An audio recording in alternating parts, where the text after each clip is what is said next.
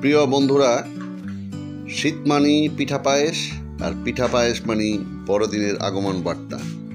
ইতিমধ্যে শীতকালে এবং সাথে বড়দিনের আয়োজন উপলক্ষে পিঠা পায়েসের ধুম পড়ে গেছে। পিঠা পায়েস বানানোর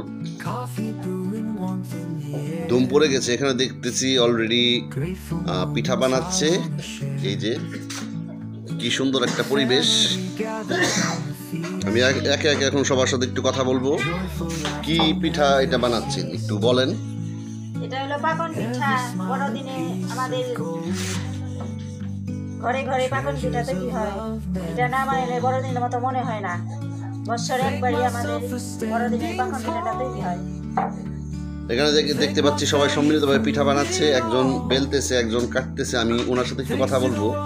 আপনি বড়দিনের এই পিঠা পায়েসে বানানোর যেটা আনন্দ, সেই সম্বন্ধে দুই একটা সংক্ষেপে কিছু বলেন। আপনার একটু ভাষ্য আমরা চাই। আসলে ভিউয়ার্স, উনি পিঠা বানানোর আনন্দে আত্মহারা। উনি মুখের ভাষাই হারিয়ে ফেলেছে। তো আমরা ওনার সাথে কথা বলবো। কি পিঠা বানাচ্ছেন এটা? এটা আমার মনে হয় খ্রিস্ট ধর্মে যারা আছে, খ্রিস্টানদের বড়দিনের সময় পিঠা পায়েসের একটা উদযাপন বা উৎসব থাকে। তো খুব সুন্দর সময়।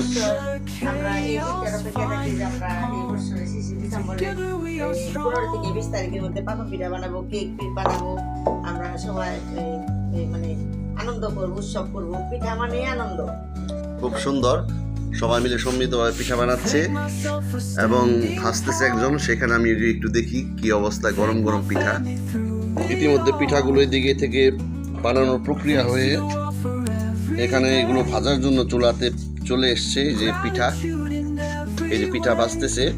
তো বড়দিনে যে পিঠা পায়েসে যেটা আনন্দ, আমি এটা সম্বন্ধে একটা কথা বললে একটু ভালো লাগতো দর্শকের উদ্দেশ্যে। পিঠা ভাজতে আমার খুব ভালো লাগে। প্রত্যেক বছর এই পিঠাটা ভাজার দায়িত্বটা আমার পড়ে। আর এই পিঠা না বানালে বড়দিন মনে হয় না। আর বড়দিনের আগে আমরা সবার ঘরে ঘরে বিভিন্ন রকমের পিঠা বানাই। তো আজকে শুরু হলো প্রথমে ফার্স্টে পাকন পিঠা, তারপরে দেখি আর কি বানানো যায়।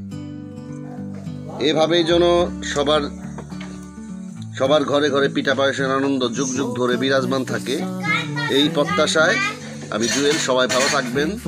শুভ বড়দিন, merry Christmas and happy New Year 2025। Thank you.